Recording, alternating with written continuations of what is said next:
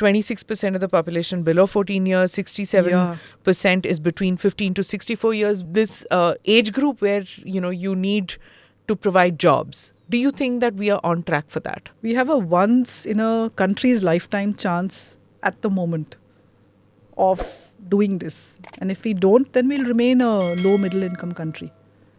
And the bottlenecks, as I see it, is really the bureaucracy and the judiciary. So we need reform there. Because for the first time, and I have sort of been part of this whole economy discourse and financial sector discourse the last 35 years, I've never seen political will the way that I've seen it with the Modi government. So there is political will, there is a desire to make change, a genuine desire to make change. But you need the other parts to also march along. For India, I think we've got a very good momentum going with economic growth at the moment. We just desperately need reforms. You need those agri reforms. You need next generation reforms, this whole ease of doing business. So the bureaucracy, unfortunately, is just stopping the wheels of progress. This is an election year. Yeah. So what do you think the Modi government sort of macro policies will be? The government displays very different behaviors. So this was a pre-election year budget where we would have thought government going into election might have given a lot of freebies. Even before the UP election last year, they had said they will. And my understanding is they're not going to do that. In fact, they've gone on tightening the noose around the middle class.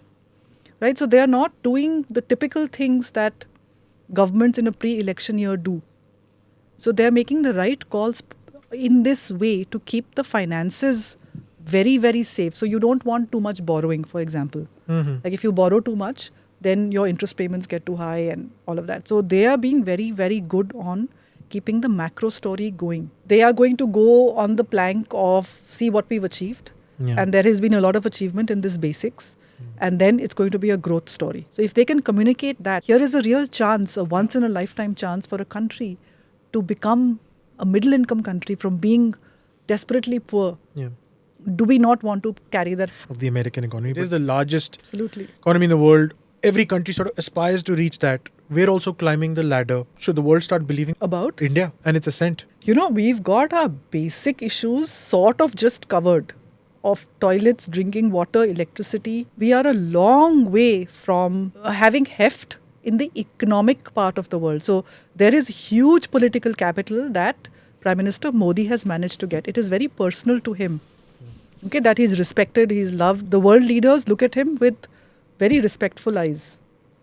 But in terms of the Indian economy, what are we part of the world trade? It's not even a two-digit number, right? It's a single-digit number, our exports to the world. So we are far away from making a significant difference in the global economic space.